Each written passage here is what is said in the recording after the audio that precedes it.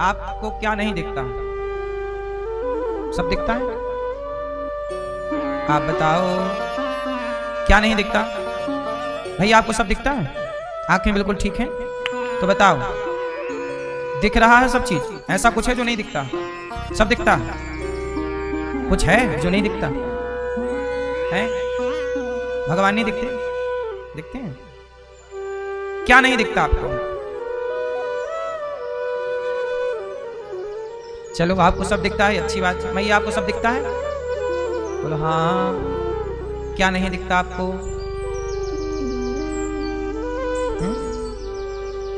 भगवान देखे आपने? दिखते हैं? नहीं दिखते ना? भगवान नहीं देखे आपने? आप पीले वाले भैया, भगवान देखे आपने? नहीं देखा? ये बगल वाली मैया, आपने भगवान को देखा? और आप देखे? आप भैया बगल वाले, भगवान दिखे? कल देखे थे? कण कण देखा आपने? विराजमान है, ये बात तो सही। आपने देखे कि नहीं? आपने नहीं देखे हैं? कौन सांस? एहसास हुआ आपको? एहसास?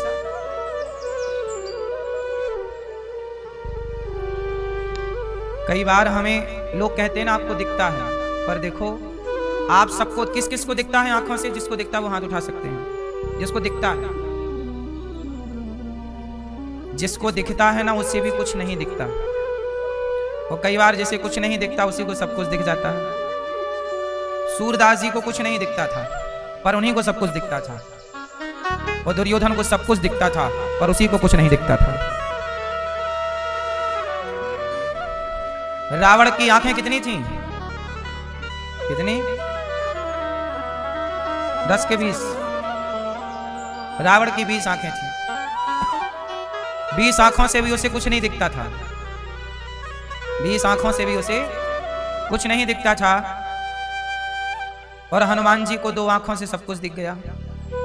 विभीषण को 2 आंखों से सब दिख गया। 20 आंखों वाले को जो नहीं दिखा वो 2 आंखों वाले को दिख गया। और कई बार 2 वाले को जो नहीं दिखता वो अंधे को दिख जाता है। इसलिए कहता हूं कि इन आंखों से जितना आप लोगों ने अभी तक देखा है, जो देखा है वो तो बहुत छोटा, बहुत थोड़ा अभी तक आपने देखा है। बहुत कुछ इन आंखों से देखना बाकी है। कितनी आंखें हैं आपके पास? 2 हैं, सच बताओ। और भी कोई आंखें होती हैं? कौन सी आंखें? कहते हैं ना मन की आंखें खोल। कौन सी आंखें? ये चमड़े की आंखें हैं, ये ऐसे ही हैं, ठीक है, जगत को देखने के लिए भगवान ने दे रखी हैं। इन आंखों से भी हमें क्या दिखता है? इन आंखों से हमें दिखता है कि ये अच्छा है, ये बुरा है, ये साफ है, ये गंदा है। यही तो दिखता है इन आंखों से। लेकिन जो मन की आंखें हैं ना, उन आंखों से वो दिख जाता है जो इन आंखों से नहीं दिखता। ये बात सही है कि गलत है? इसलिए कहता हूं कि जो ईश्वर है वो इन आंखों का सब्जेक्ट नहीं है। अच्छा एक बात बताओ, क्या बैक्टीरिया इन आंखों का विषय है? बोलो। वो माइक्रोस्कोप का विषय है। बिना माइक्रोस्कोप के क्या बैक्टीरिया देख पाओगे? फिर जैसे कुछ चीजें इन आंखों से देखी ही नहीं जा सकती है ना? जो चीज सैटेलाइट से देखी जा सकती है वो डायरेक्ट इन आंखों से नहीं देखी जा सकती। देखेंगी तो यही आंखें, पर बीच में माइक्रोस्कोप चाहिए, सैटेलाइट चाहिए, दूरबीन चाहिए, है ना? ऐसे ही देखेंगी तो यही आंखें, पर इन आंखों के बीच में वो मन की आंख चाहिए। वो मन की आंख जो देख पाती है वो ये आंख नहीं देख पाती। इसलिए कहता हूं कि आप अपनी तीसरी आंख को जगाओ। शंकर जी की तीसरी आंख खुल गई। वो तीसरी आंख खुली तो कौन जला? बोलो। हाँ, जब तीसरी आंख खुली तो कामदेव जला। सच बताओ, कामदेव शंकर जी ने जलाए। आप लोगों के भीतर भी कामदेव है कि नहीं? बोलो हाँ कि ना? पराई औरत की तरफ मन जा रहा है, पराई मर्द की ओर मन जा रहा है, तो कौन बैठा है आपके अंदर? आपके भीतर भी तो कामदेव है। आपके भीतर भी क्रोध है, आपके भीतर भी लोभ है, आपके भीतर भी अभिमान, एटीट्यूड है, घमंड है। शंकर जी की तीसरी आंख खुली तब कामदेव जला। अच्छा, रावण की तीसरी वाली आंख नहीं खुली तो कामदेव के चक्कर में पड़ा तो नाश कर लिया अपना, है ना। इसलिए ये दो आंखें तो खुली हैं आप लोगों की, पर तीसरी भी खोलने की जरूरत है, क्योंकि तीसरी नहीं खुली तो ये दो आंखें तो परेशान करती रहेंगी। ये दो आंखें आपको किस ओर ले जाएंगी जानते हो? दो आंख वाला कहाँ जा रहा है? दो आंख वाला पराई औरत के चक्कर में भाग रहा है, दो आंख वाला पराई मर्द के चक्कर में भाग रही है। बोलो हाँ। इसलिए कहता हूं तीसरी आंख की जरूरत है। वो आंख जिस आंख से आपका क्रोध समाप्त हो जाए, लोभ समाप्त हो जाए। आपके भीतर बुराइयां हैं या नहीं हैं? वो बुराइयां कैसे जाएंगी? जब आप अपने तीसरा ज्ञान का चक्षु खोलेंगे। कौन सा चक्षु? ज्ञान का, ज्ञान का, भक्ति का, वैराग्य का। कि आंख बंद रहती है, फिर बिल्ली क्या करती है? 7 घर अपने बच्चे को घुमाती है, 7 जगह उसका स्थानांतरण कराती है, तब जाके बिल्ली के बच्चे की। हाँ, आप लोग भी 7 दिन की कथा सुनेंगे तो आपकी भी आंखें खुल जाएंगी। आंखें खोलने के लिए ही भागवत सुनना चाहिए, आंखें खोलने के लिए ही सत्संग करना चाहिए। और यही करने के लिए हमारी मैया श्रीमती आशा देवी, मैया कहाँ गई? ये मैया श्रीमान महेश चंद्र बांदिल जी, आप सब कथा सुन रहे हैं, मतलब आप अपनी तीसरी आंख, तीसरा चक्षु खोल रहे हैं। आपके सुपुत्र कंचन अतुल बांदिल जी, अतुल जी कहाँ हैं? आशा देवी और स्वर्गीय मुन्ना लाल जी।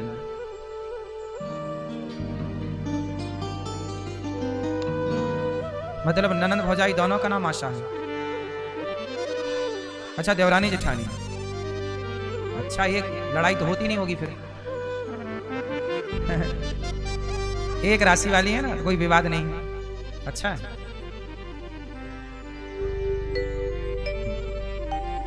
और श्री रामकली सुरेश चंद्र जी, गीता देवी, ओम प्रकाश जी, सुधा देवी, राधे श्याम जी और समस्त बांदिल परिवार, मृगपुरा वाले मुरैना मध्य प्रदेश से आप आए। आप सभी यजमान परिवारों का बहुत बहुत स्वागत, वंदन, अभिनंदन। सब पर भगवान की कृपा बनी रहे, यही मंगल कामना कथा की गंगा में हम डुबकी लगाएं। आज से यहाँ भागवत जी के पोथी पाठ भी बैठे हैं। पोथी पाठ कराने वाले सभी यजमान परिवारों का खूब खूब स्वागत, वंदन, अभिनंदन। आप लोग ने इस मार्गशीर्ष माह में कथा का आयोजन कराया है, पोथी पाठ कराए हैं। जो व्यक्ति भागवत सुनता है उसके पितरों की सदगति जरूर होती है।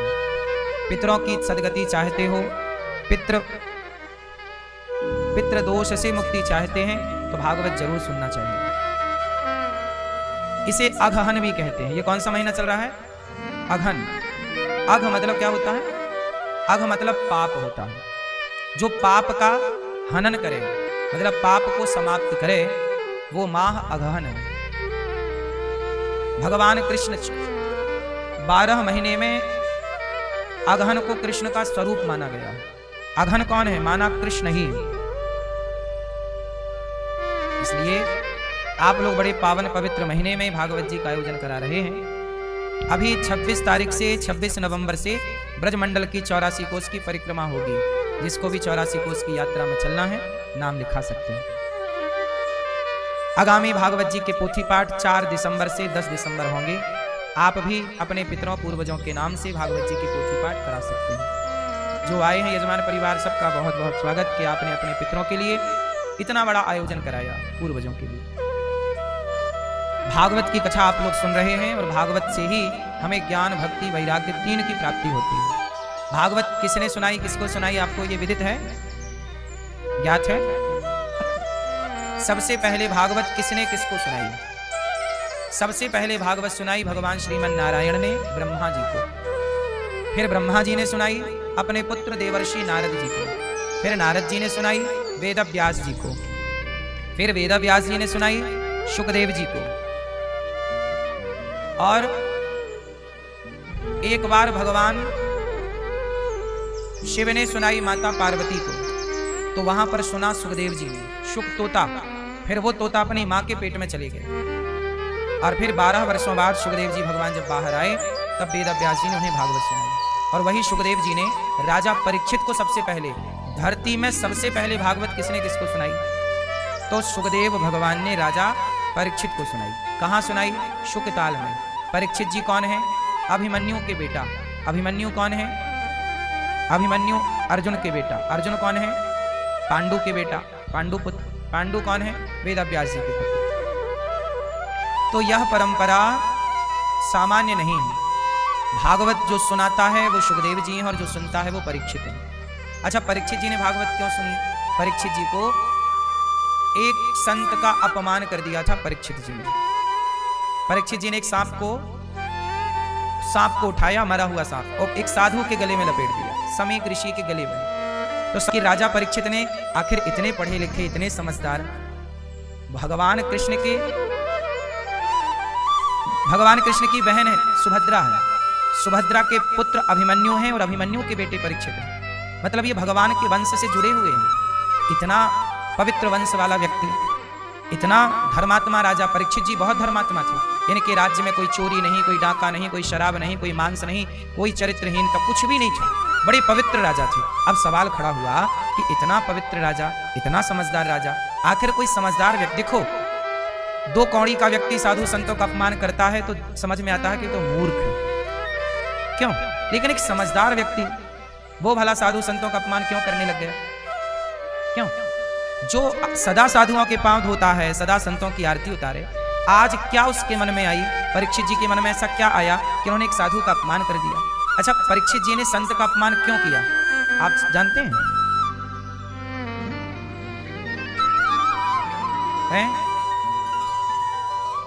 क्यों किया परीक्षित जी ने अपमान? क्योंकि परीक्षित जी के सिर पर अभी कलयुग घूम रहा है। कौन घूम रहा है? कलयुग कैसे घूम गया?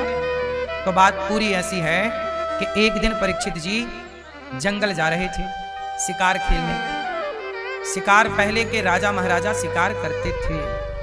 अब आप कहोगे कि राजा लोग शिकार क्यों करते थे? राम जी भी तो शिकार करते थे।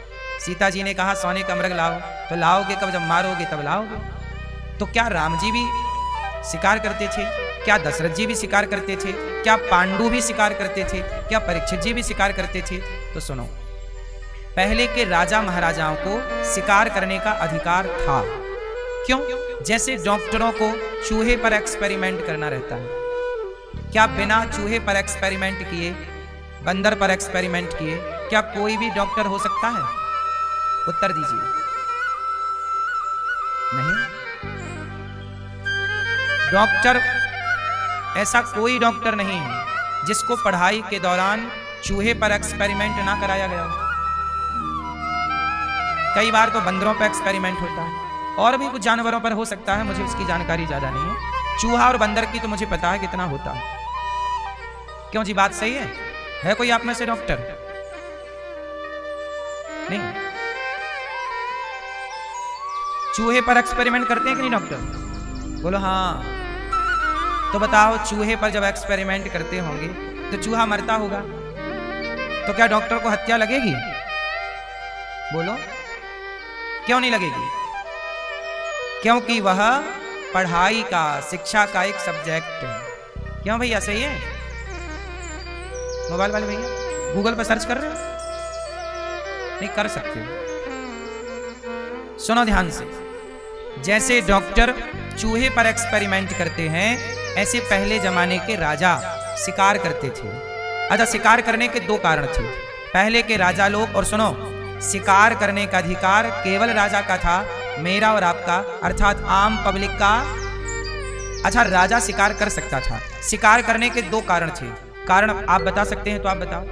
राजा लोग शिकार क्यों करते थे? कारण, राजा लोगों को छूट थी कि आप शिकार करेंगे, आपको शिकार का पूरा अधिकार है, आपको पाप नहीं लगेगा। जैसे डॉक्टर चूहा मारेगा तो वो अपनी शिक्षा के कारण। राजा लोग शिकार क्यों करते थे? इसके दो कारण थे। पहला कारण कि जंगल में कुछ दुष्ट प्राणी हो जाते थे। पता है आपको? शेरों में भी कुछ दुष्ट शेर होते हैं जो सबको परेशान करते हैं। हिरण में भी कुछ दुष्ट हिरण होते हैं, जो एक हिरण बलवान है तो वो दूसरे हिरणों को परेशान करता रहेगा। तो राजा का धर्म था कि राजा के लिए जंगल का पशु और पक्षी भी उसकी प्रजा है।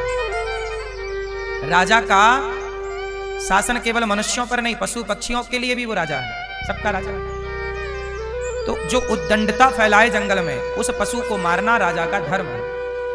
बोलो हाँ।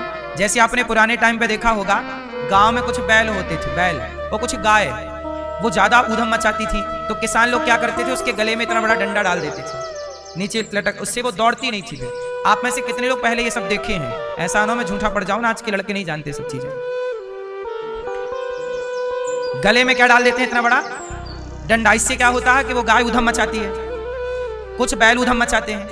तो जो गाय और बैल ऊधमी हो जाते हैं, मस्ती करने वाले, मार दिया किसी को, है ना, उन पे किसान शासन करते हैं। शासन मतलब उसे अपने वश में रखने के लिए उसके गले में इतना मोटा डंडा डाल देते हैं ताकि उसकी रफ्तार कम हो, धीरे धीरे चले, क्योंकि ऊधमी है ना, शरारती। इसलिए आपने देखा होगा, दुल्हा दुल्हन, घोड़ा घोड़ी पे जो दुल्हा बैठ के जाता है, उस घोड़े के ना आंख में पट्टी बंधी होती है ऐसी। बोलो हाँ। क्यों? क्योंकि आंखों में पट्टी नहीं बांधेंगे, वो यहां वहां देखेगा तो ज्यादा भागेगा, वो कंट्रोल में नहीं हो सकता। वो कंट्रोल में आए, इसलिए ये सब चीज का कारण है। अब कारण ना जानने से आप कुछ भी समझ सकते हैं। तो पहले के जंगल में कुछ जंगली जीव भी उद्दंड होते थे, उन उद्दंड जीवों को मारना राजा का अधिकार था। पहला कारण तो ये। दूसरा कारण, राजा शेर को मारता था और हिरण को। दो चीजों को आपने सुना होगा। शेर इसलिए मारता था कि प्रजा, जब राजा शेर को मारता तो प्रजा को राजा पर भरोसा होता कि हमारा राजा बलवान है, शेर को मार सकता है, तो दुश्मन से हमारी रक्षा करने योग्य राजा है। तो पब्लिक का विश्वास जीतने के लिए उसे शेर को मारना पड़ता था।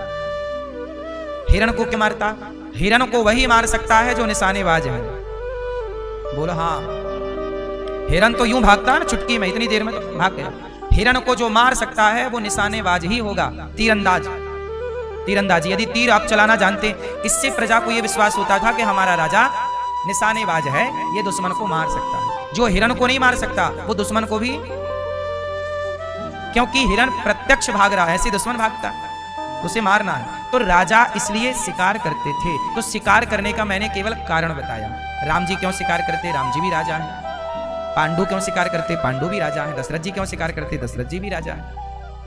तो राजाओं के लिए शिकार की बात लिखी है, आम पब्लिक के लिए नहीं है। मेरा और आपका अधिकार नहीं है। अब मैं चलता हूं आगे। राजा परीक्षित जी एक दिन जंगल शिकार खेलने आए। अब कहानी यहां से स्टार्ट होती है, कथा ध्यान पूर्वक सुनिए। एक दिन की बात है, राजा परीक्षित जी जंगल आए शिकार खेलने के लिए, लेकिन वहां पर शिकार विकार तो हुआ नहीं। एक गाय और एक बछड़ा मिल गया। एक गाय और एक बछड़ा। गाय बूढ़ी थी और बछड़ा उसका बच्चा गाय का। तो दोनों थोड़ा वृद्ध ही थे, बछड़ा भी बूढ़ा ही था, और दोनों को एक काला सा आदमी मार रहा था, लात। गाय को लात मार रहा था और बछड़े को भी लात मार रहा था। वहीं से राजा परीक्षित जी का गुजरना हुआ। परीक्षित जी ने पूछा कि आप गाय को क्यों मार रहे हैं, बछड़े को क्यों मार रहे हैं? तो उस काले व्यक्ति ने कहा, परीक्षित जी ने कहा तुम कौन हो? कहा कि मैं कलयुग हूं। परीक्षित जी ने कहा आप कलयुग हो? हाँ। तो गाय को क्यों मारते हो?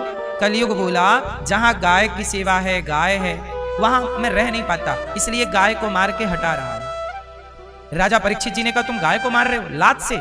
अभी निकल जाओ मेरे राज्य से, वरना तुम्हारी हत्या कर दूंगा। तलवार निकाल ली। कलयुग डर गया। कौन डर गया? कलयुग। कलयुग बोला महाराज मैं कहां जाऊं? जहां जाता हूं आपका शासन है, कहीं आप से दूर जा नहीं सकता, कहां जाऊं? परीक्षित जी ने कहा अभी निकल जाओ राज्य से। महाराज चारों तरफ आपका ही राज्य है, कहां जाऊं? महाराज मैं बहुत बुरा हूं, पर मुझ में एक अच्छाई है। अच्छा आप लोग बताओ, कलयुग बुरा है कि अच्छा है? वो मैया सो रही है पीछे वाली, एक गई मैया, राम राम, ना सो मेरी माँ। सुनो, अच्छा ये बताओ कलयुग अच्छा है कि बुरा है? क्या है? अच्छा कि बुरा?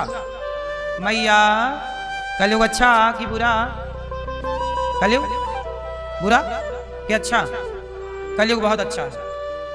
कलयुग कैसा? अच्छा। कलयुग में क्या अच्छा है? मैया बताएंगी, पीली मैया। कलयुग में क्या अच्छा है? याद बहुत आती है कलयुग में। किसकी? भगवान की याद बहुत आती है कलयुग में। क्यों? सतयुग में नहीं आती होगी इतनी याद। सही है, सही है। पीछे वाली में ये बताएंगे कलयुग में क्या अच्छा है। हाँ, भगवान की कथा मिल रही। कलयुग में कितना अच्छा, देखो मोबाइल चल रहा मस्त, कथा में भाई मस्त चल रहा मोबाइल। आगे रख लिया मोबाइल, चल रहा इंस्टाग्राम। हाँ, आ गया मुन्नी बदनाम हुई।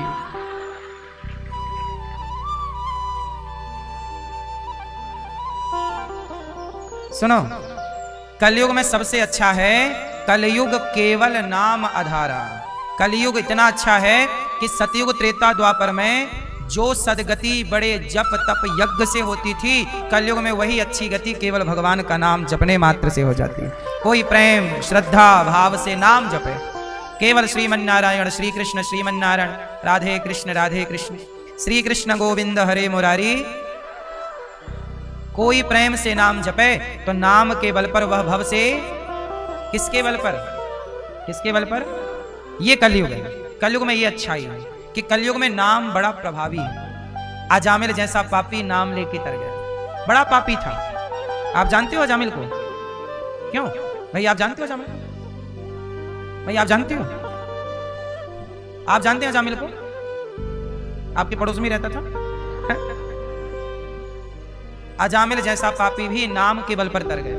बड़ा पापी था, पराई औरतों के संग जुआ खेलना, मांस खाना, कोई ऐसा गलत काम था नहीं कि जो उसने ना किया। लेकिन मरते समय धोखे से नारायण उसके बेटे का नाम निकल गया, तर गया। ये कलयुग की अच्छाई है। बात समझ में आई?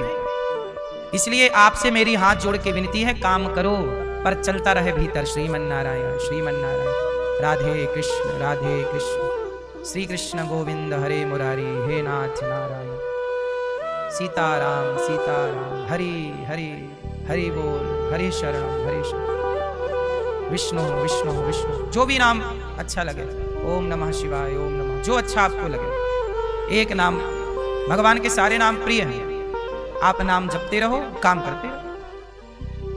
कलयुग बहुत अच्छा है। बोलो हाँ। राजा परीक्षित जी से कलयुग बोला कि मैं अच्छा हूं, मेरे में ये विशेषता। तब राजा परीक्षित जी से बोला कलयुग कि देखो मेरे में ये विशेषता है ना, अब मुझे रहने की कोई जगह दे दो, आप कोई स्थान दे दो। परीक्षित जी दयावान थे, उन्होंने कहा ठीक है, यदि तुम में विशेषताएं हैं, अच्छी चीजें हैं, तो मैं तुम्हें रहने के 4 कमरे बनवा के देता हूं। अब राजा परीक्षित जी ने कलयुग को 4 कमरे दे दिए।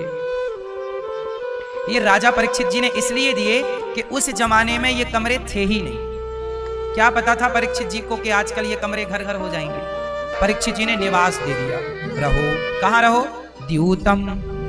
द्यूतम मतलब जुआ। जुआ किसी भी तरह का हो सकता है, ताश का जुआ, क्रिकेट का जुआ, आजकल क्रिकेट में जुआ होता है, और मोबाइल पर बहुत सारे ऐप आ गए हैं आजकल, ये सब जुआ है। तो द्यूतम जुआ। कलयुग कहाँ रहता है? जहां जुआ है वहां कलयुग है। इसलिए कृपया विनती है, जुआ ना खेलें। क्या ना खेलें? खेलेंगे तो हमारा कुछ ना बिगड़ेगा। किसका बिगड़ेगा? आपका स्वयं का बिगड़ना है। आप खेलते हैं जुआ? क्या है भैया, खेलते हो क्या? ताश नहीं, ये पीछे वाले भैया क्या खेलते हो? मर्डर मार देते हैं भक्तों का नाम मर्डर कब से हो गया? पत्तों का। तो ये बुढ़ापे में गेम खेलते हैं? बताओ हैं? तो कलयुग आपके खोपड़ी में है। जुआ खेलोगे बुद्धि भ्रष्ट हो जाएगी। जुआ खेला था कौरवों ने, जुआ खेला था पांडवों ने। कौरवों ने जुआ खेला तो सर्वनाश हुआ, पांडवों ने जुआ खेला तो 12 साल का वनवास, 1 साल का अज्ञातवास। ये जुआ के कारण हुआ। द्रौपदी के कपड़े क्यों उतारे गए? जुआ के चक्कर में। जुआ ना होता तो द्रौपदी का अपमान, सोचिए कितना बुरा है। इतिहास हमारा दर्पण है। मैया शोर ना करो मेरी माँ, चुपचाप रहो। इतिहास हमारा क्या है? दर्पण है। इतिहास देख कर भी नहीं सीखे और नहीं सुधरे तो फिर इससे बड़ी मूर्खता क्या हो सकती? सही है? जुआ खेला कौरवों ने, सर्वनाश हुआ। तेरा क्या होगा रे कालिया?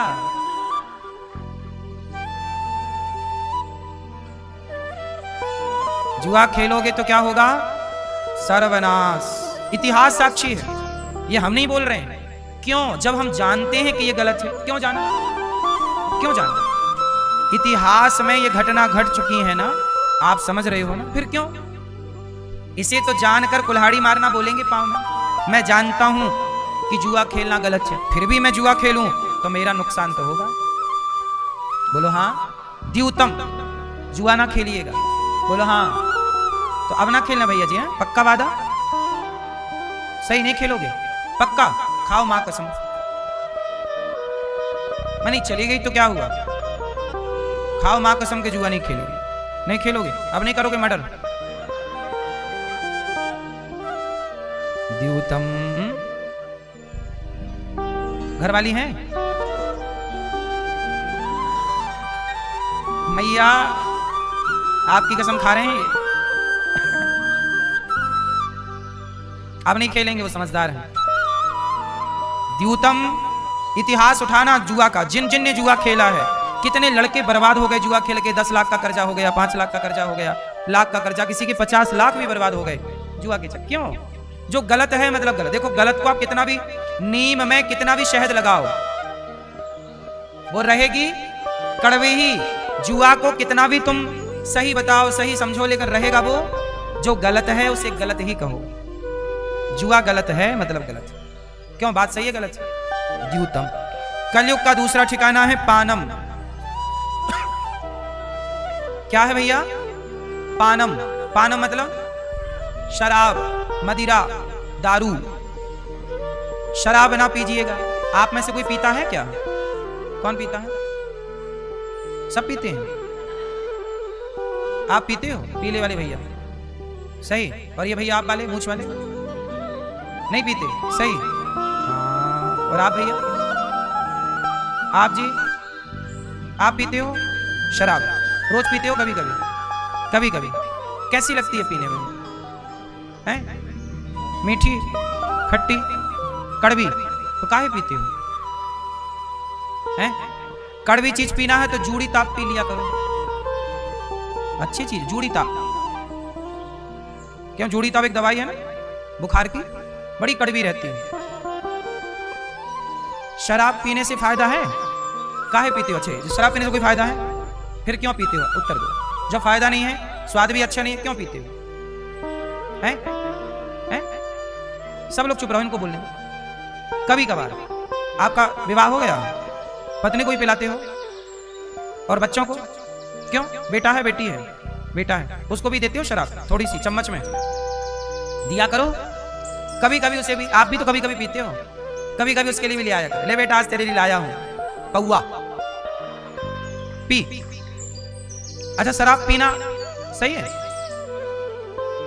शराबियों को तो नहीं आया फोन? ये बताओ पियोगे कि नहीं शराब? शराब नहीं पियोगे? शराब पीना सही है कि गलत है?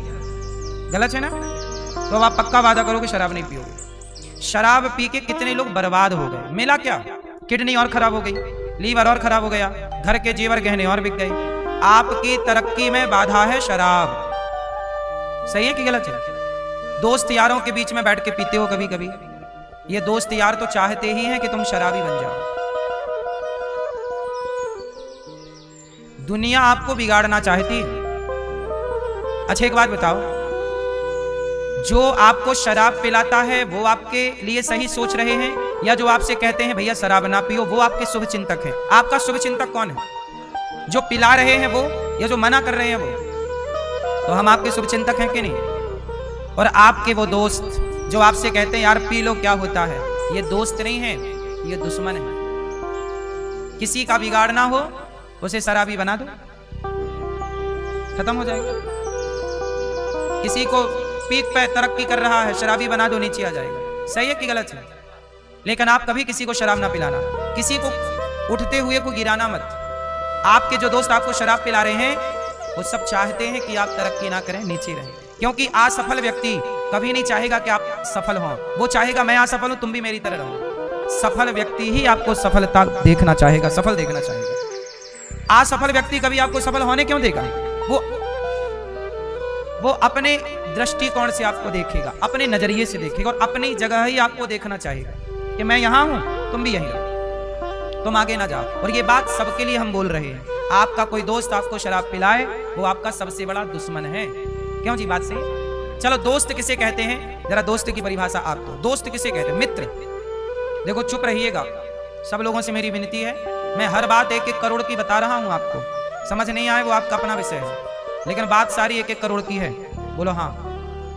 तो बताओ मित्र किसे कहते हैं?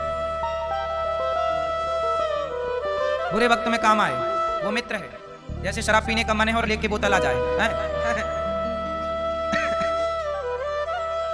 मित्र किसे कहते हैं? मित्र किसे कहते हैं? मित्र किसे कहते हैं? बुरे वक्त में काम आए वो तो मित्र है, ये तो है ही परिभाषा, इससे कोई नकार नहीं रहा है।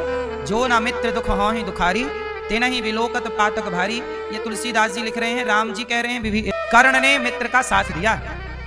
अब बताओ सही है कर्ण की गलत है? मैया क्या बोलती तू? क्या है कर्ण?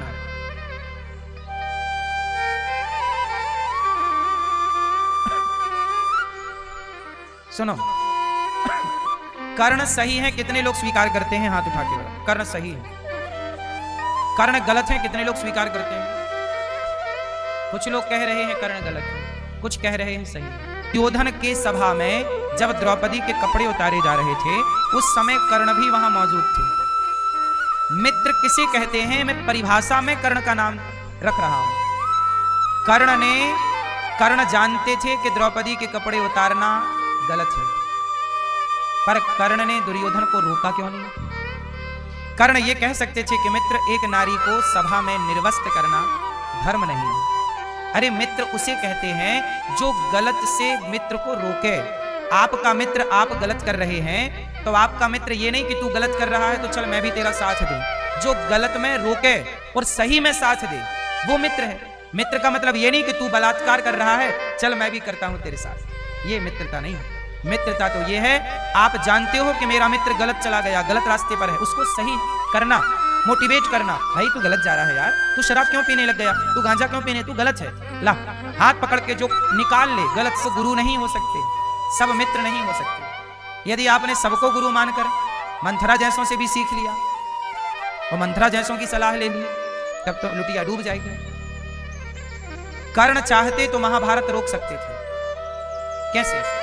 भगवान कृष्ण समझाने गए कि दुर्योधन पांडवों को 5 गांव दे दो, युद्ध नहीं होगा।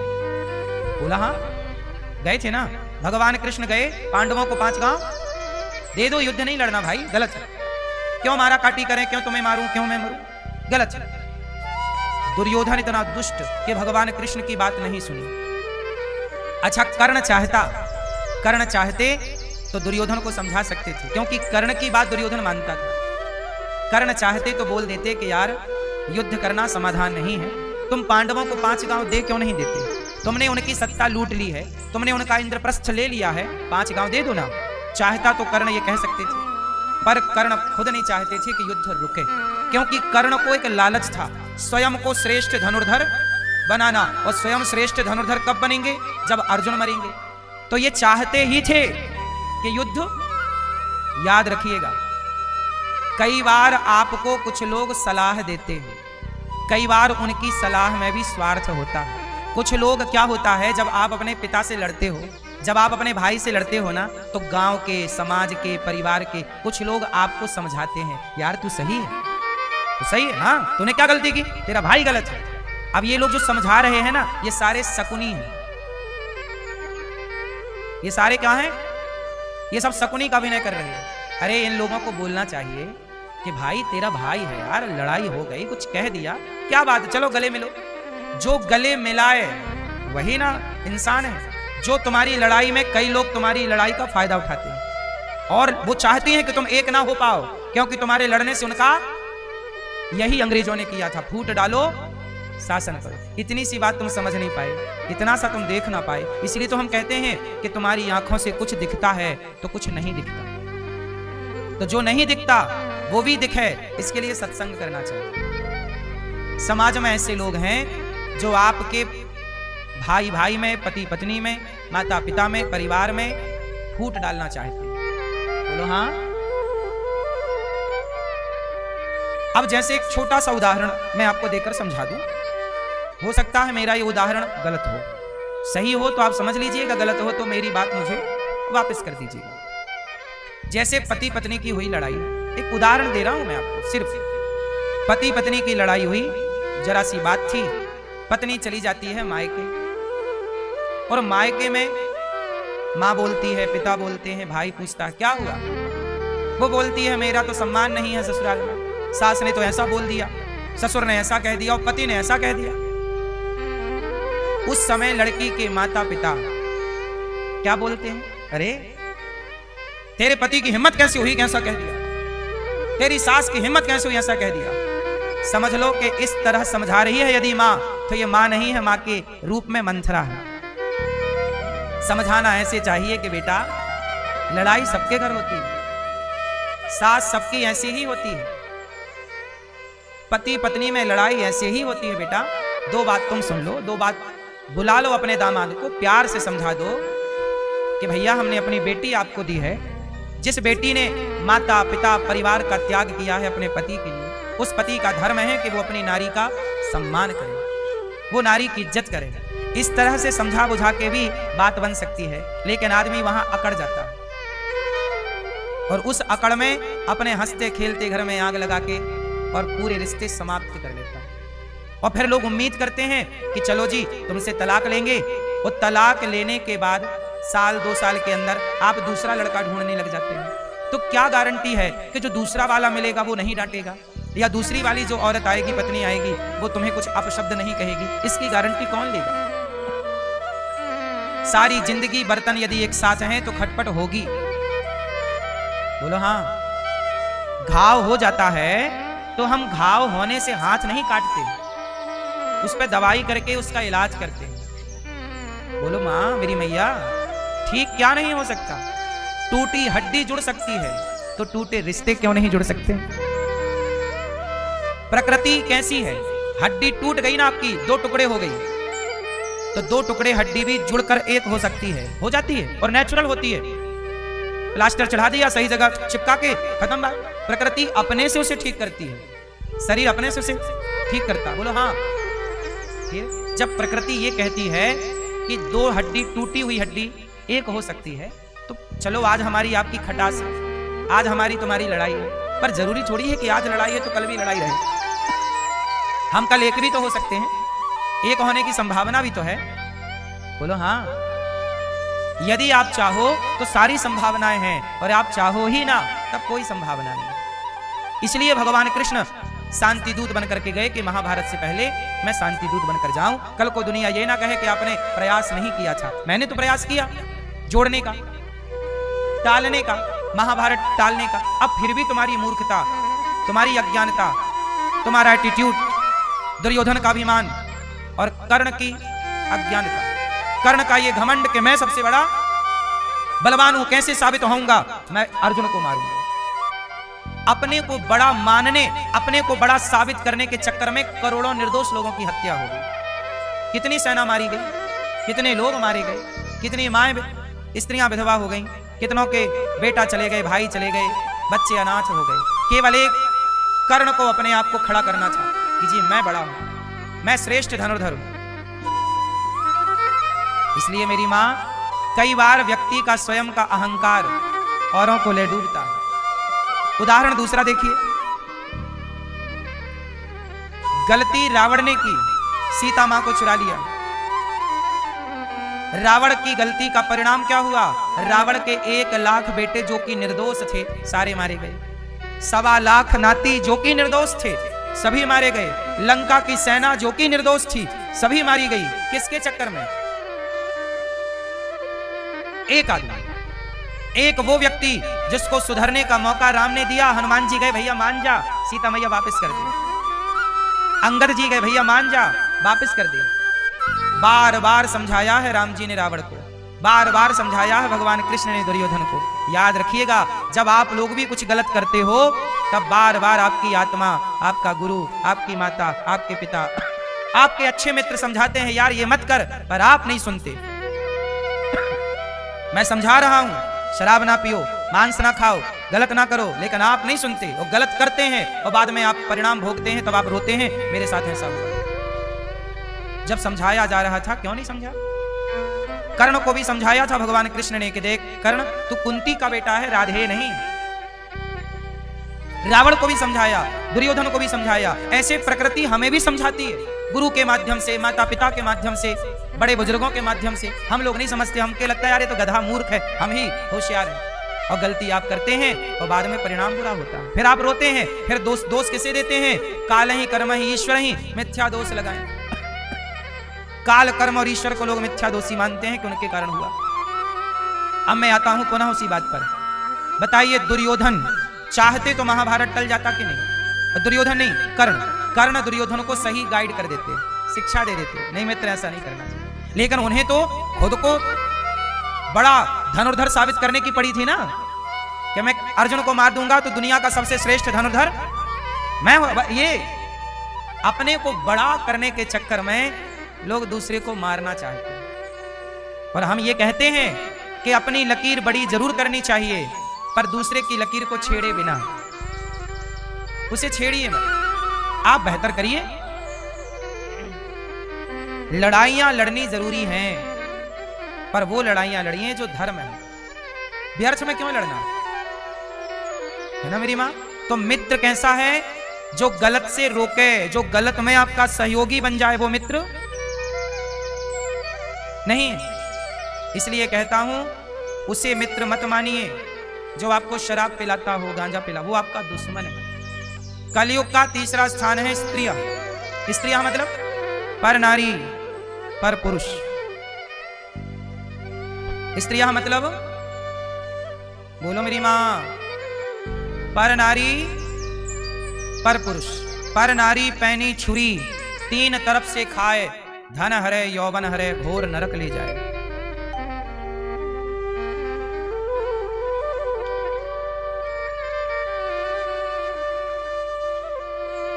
पराई स्त्री के चक्कर में ना पड़िएगा।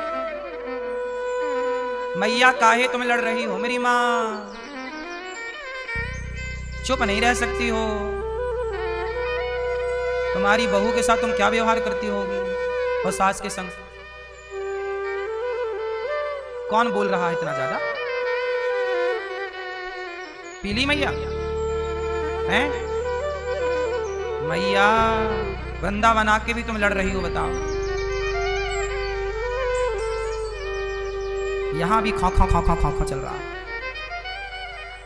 2 घंटे चुप नहीं बैठ सकती मैया, यहां भी लड़ना। बहू सोचो कैसे रहती होगी इनकी। और यही रोती है बाद में, बहू खाना नहीं देती। तुम्हारे ढंग है खाना लेने के?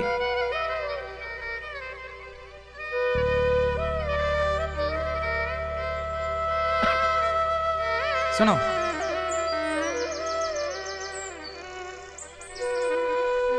कलयुग का तीसरा स्थान पर नारी पर पुरुष। तीसरा स्थान क्या? पर नारी पैनी छुरी। रावण पड़ गया पराई स्त्री के चक्कर में, सर्वनाश हो गया। आप तो नहीं पड़े? क्यों? आप लोग तो नहीं देखते पराई औरत? क्यों भैया? सामने वाली खिड़की में एक चांद का टुकड़ा रहता है, ये गाना कौन गा रहा था? हैं? पराई के चक्कर में जो पड़ा नाश हुआ। और मैया आप लोग भी ना पड़ जाना। आजकल मैया लोग भी अपने वाले को तो ड्रम में पैक करके, हाँ, बगल वाला जिंदाबाद हैं? आजकल देखो, पहले तो पुरुषों को समझाना पड़ता था, आजकल माताओं को भी समझाना पड़ता है। आजकल पता नहीं माताओं को क्या हो गया। एक लड़की का ब्याह हो रहा था, तो लड़की की मां को दामाद ही पसंद आ गया। बोली बेटा तू रुक, मैं आती हूं दामाद जी के संग घूम फिर के। भाग गई दामाद के संग। बोलो हाँ। लड़की बेचारी बैठी, शादी की तारीख पक्की हो गई थी उसकी बेचारी की। ये हाल चल रहा है अब कलयुग। ये सुनना बाकी था बस। ये सुना कि नहीं आप लोगों ने? तो चाहे स्त्रियां हों चाहे पुरुष, दोनों ही खतरे में हैं यदि आप पर के चक्कर में पड़ गए। पर पुरुष और पर रावण उदाहरण है, और रावण की बहन भी उदाहरण है। सूर्पनखा रावण के बहिनी, वो भी पड़ गई चक्कर में, उसकी नाक वाक काटी गई बाद में। इसलिए कहता हूं बचिएगा, जितना बच सकते हैं उतना बचिएगा। पर नारी पैनी छुरी, इसलिए विवाह कर लो, अपनी पत्नी के संग रहो, अपने पति के साथ रहो। और यदि तनिक भी तुम्हारा मन भटका तो देख लेना सर्वनाश होगा। जिनने यहां वहां ताक झांक की है उनका घर देख लो।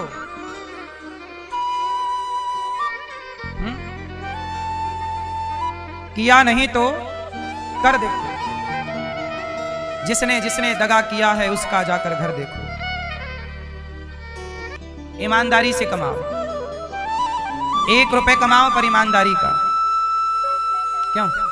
ईमानदारी का कमा के खाने वाला व्यक्ति झोपड़ी में भी खुश रह सकता है, और बेईमानी करने वाला व्यक्ति सोने के महलों में भी परेशान है।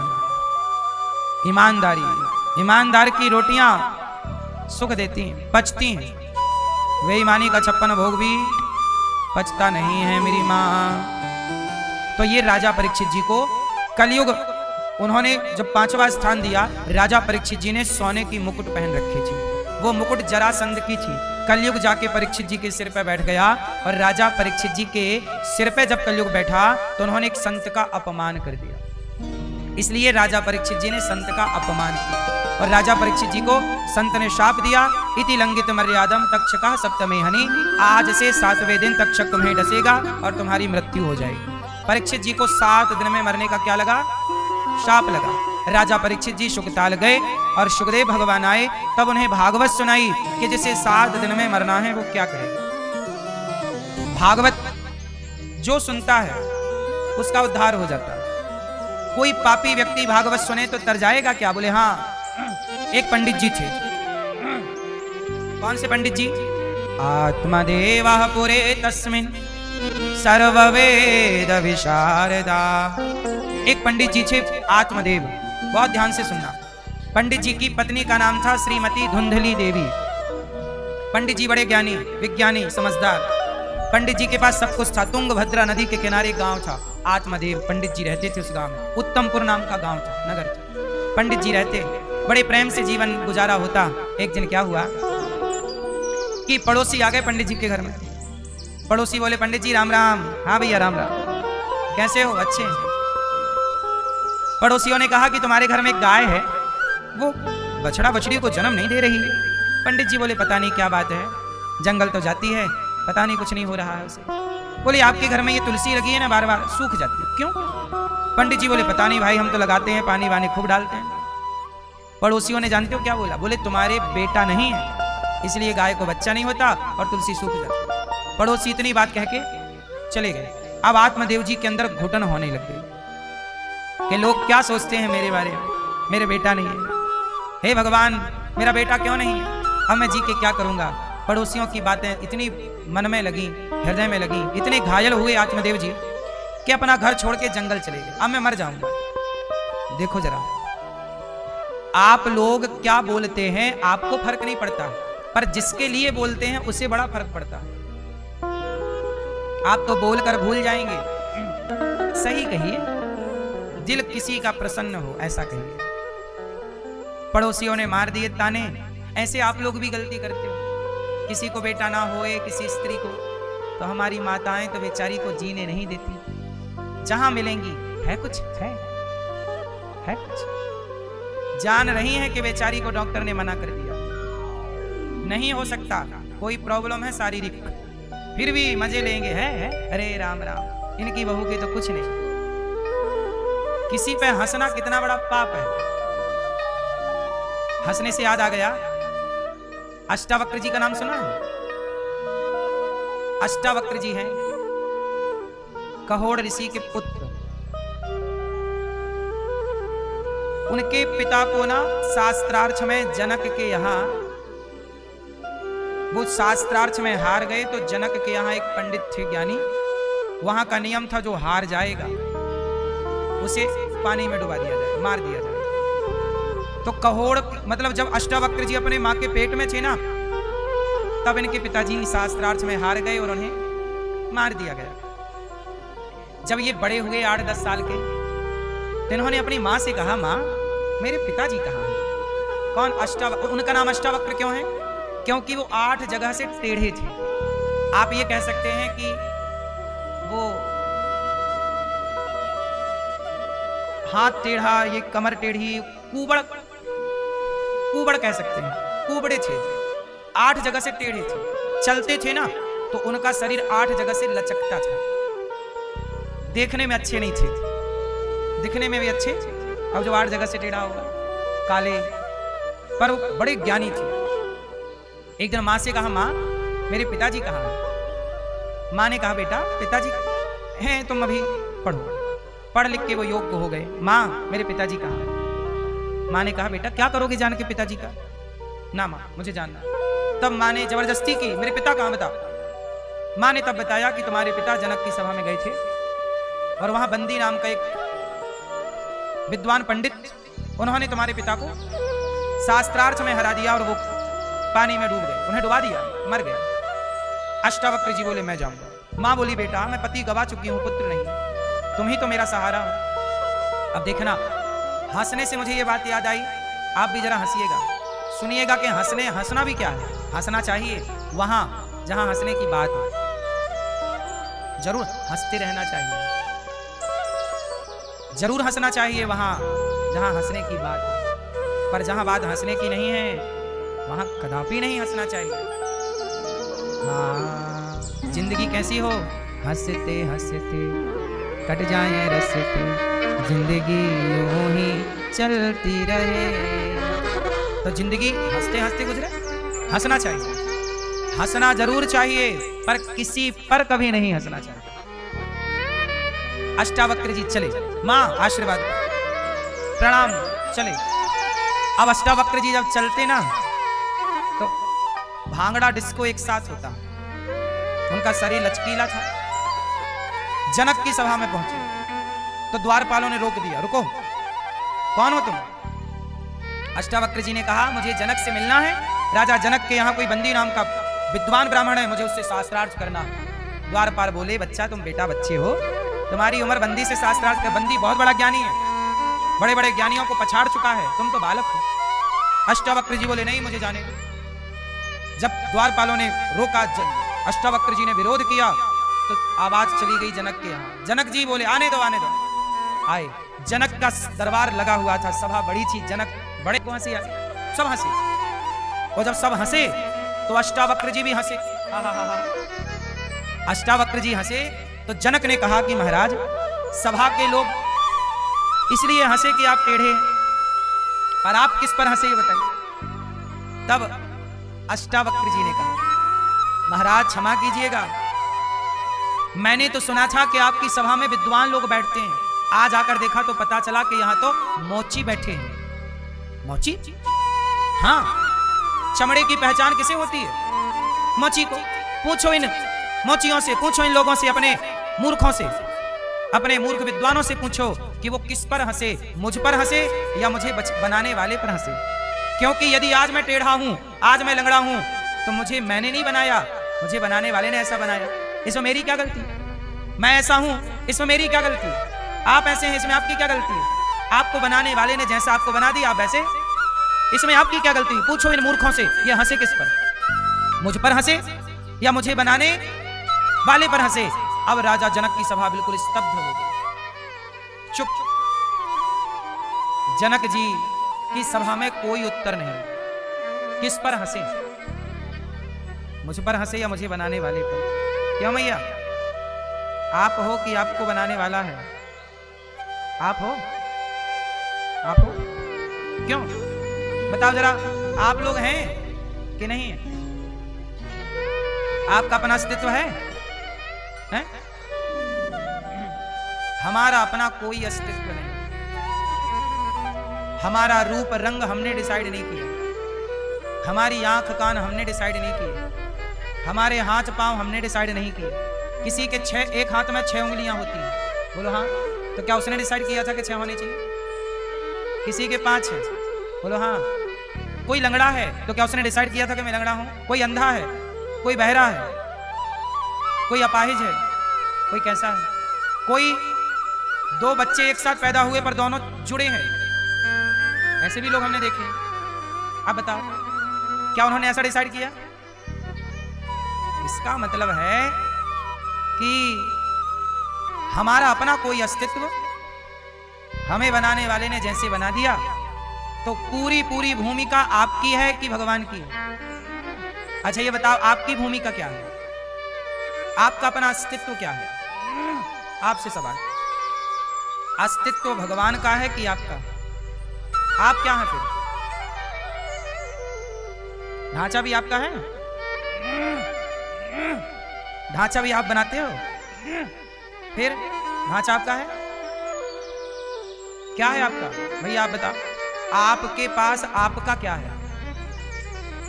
आपके पास आपका क्या है? आंखें आपकी हैं, ना देते भगवान तो आप कहां से लाते?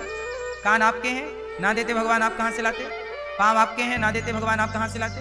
बुद्धि आपकी है, ना देते भगवान आप कहां से लाते? हाथ आपका है, ना देते भगवान आप कहां से लाते? क्या आपका है आप बताओ? इसलिए आप जीरो हैं, हम जीरो हैं। हमारे जीरो के साथ कौन जुड़ा है? अंक। जीरो के साथ 1 खड़ा हो जाता है तो जीरो 10 हो जाता है, और 1 हट जाए तो जीरो जीरो है। ऐसे हम जीरो हैं और भगवान 1 है, तो भगवान 1 और हम जीरो, हम दोनों हो गए 10। इसलिए भगवान का अस्तित्व है, हमारा कोई अस्तित्व, उनसे हम हैं, हमसे कोई नहीं। अंक से शून्य है, बोलो हाँ, वरना अपना शून्य का अपना कोई अस्तित्व, अंक ना हो तो 10 शून्य भी शून्य ही रहेंगे, बोलो हाँ। और 1 है तो शून्य 10 गुना बढ़ेंगे। 1 शून्य में 10, 2 शून्य में 100, 3 शून्य में 1000, बोलो हाँ। शून्य 10 गुना बढ़ता है यदि आगे अंक हो तो। ऐसे आगे कृष्ण है, पीछे हम हैं, तो आपका भी परिवार व्यापार 10 गुना बढ़ेगा। लेकिन कब? जब आपके आगे। इसलिए अपने को आगे मत करिएगा। महाभारत में आगे अर्जुन थे कि कृष्ण? उत्तर, आगे कौन है? हाँ, महाभारत में आगे कौन है? कृष्ण आगे हैं, अर्जुन हाँ जीरो पीछे रहता है। अंक, बस इतना समझ लो कि खुद आगे मत हो जाना। आपका अपना कोई अस्तित्व, जो कुछ है मेरा, मुझ में कुछ नहीं, जो कुछ है तेरा, तेरा तुझको अर्पण क्या लागे मेरा, यही है। इसलिए मेरी माँ, आप किसी को देखकर हंसते क्यों हैं? अष्टावक्र जी गए, हंसे, उन्होंने उत्तर बोल दिया कि भाई किस पर हंसे, सब चुप। बाद में वो बंदी नाम के विद्वान आए, अष्टावक्र जी ने उन्हें हरा दिया, शास्त्रार्थ में पराजित कर दिया। वो कहने लगी कि मैं पानी में डूब के मर जाऊंगा। अष्टावक्र जी बोले तुझे मारने नहीं आया, तेरे अभिमान को मारने आया हूं, और वो मर गया। हम आपको मारना नहीं चाहते, आपके अभिमान को मारना चाहते। आप बुरे नहीं हैं, इस धरती पर कोई व्यक्ति बुरा नहीं होता, व्यक्ति के विचार बुरे होते हैं, और जो विचार होते हैं वही काम व्यक्ति करता है। आप बुरे हैं क्या?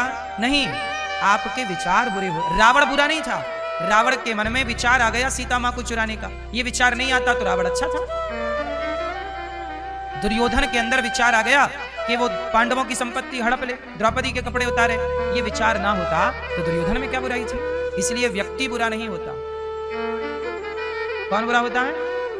इसलिए कहते हैं बुरे विचारों का विसर्जन करो, बुरे विचार त्याग दो, अच्छे विचार ग्रहण करो। असतो मा सद्गमय, तमसो मा ज्योतिर्गमय। अंधकार से हम प्रकाश की ओर जाएं, अज्ञान से हम ज्ञान की ओर जाएं। बोलो हाँ।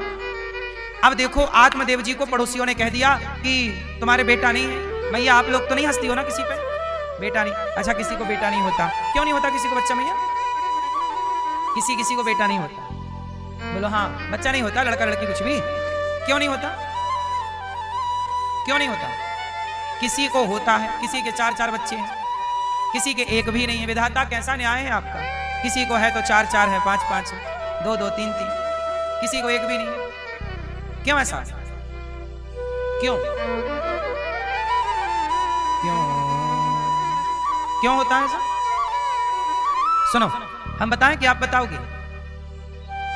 मैया जा रही हो मेरी माँ? नहीं? अच्छा सुनो, किसी को 4 4 बच्चे होते हैं, किसी को एक भी नहीं होता। क्यों नहीं होता बता दूं? बच्चे इसलिए नहीं होते किसी को, क्योंकि बच्चे होते इसलिए हैं क्योंकि बच्चे जब होते हैं वह अपने माँ बाप का ऋण चुकाने आते हैं। संतान हमेशा माँ बाप का क्या चुकाती है? तो जिसके सिर पर ऋण था वहां बच्चे आ गए, और जिसके सिर पर ऋण था ही नहीं, भगवान बोले तुझे झंझट में क्यों डालें, इसलिए तू आनंद से रह, तेरे सिर पर कोई ऋण ही नहीं है, तू परेशान मत हो। इसलिए किसी किसी के बच्चे, क्योंकि वो ऋण मुक्त है। अब आप कहोगे कि महाराज जी फिर हमारा उद्धार कैसे होगा? तो सुनो, जब आप ऋण मुक्त हो तो आपको जरूरत ही नहीं किसी की। उद्धार कोई बेटे से थोड़ी होता है, अच्छे कर्म करने से उद्धार होता है। अब आप कहोगे हमारी चिता पे आग कौन लगाएगा? अब आजकल चिता का जमाना ही कहाँ, आजकल तो मशीन का जमाना है। एक तरफ से आदमी डालो, दूसरी तरफ से राख निकलती है, हाथों हाथ। एक सज्जन रो रहे थे, महाराज जी बच्चा नहीं हमारे, मर जाएंगे, आग कौन लगाएगा? हमने कहा तुम मरो तो आग लगाने वालों की कमी है। आज मरने से पहले ही लोग आग लगा दे रहे हैं। अभी धर्मेंद्र जी मरे नहीं थे कि मीडिया वालों ने मार दिया, मर गए।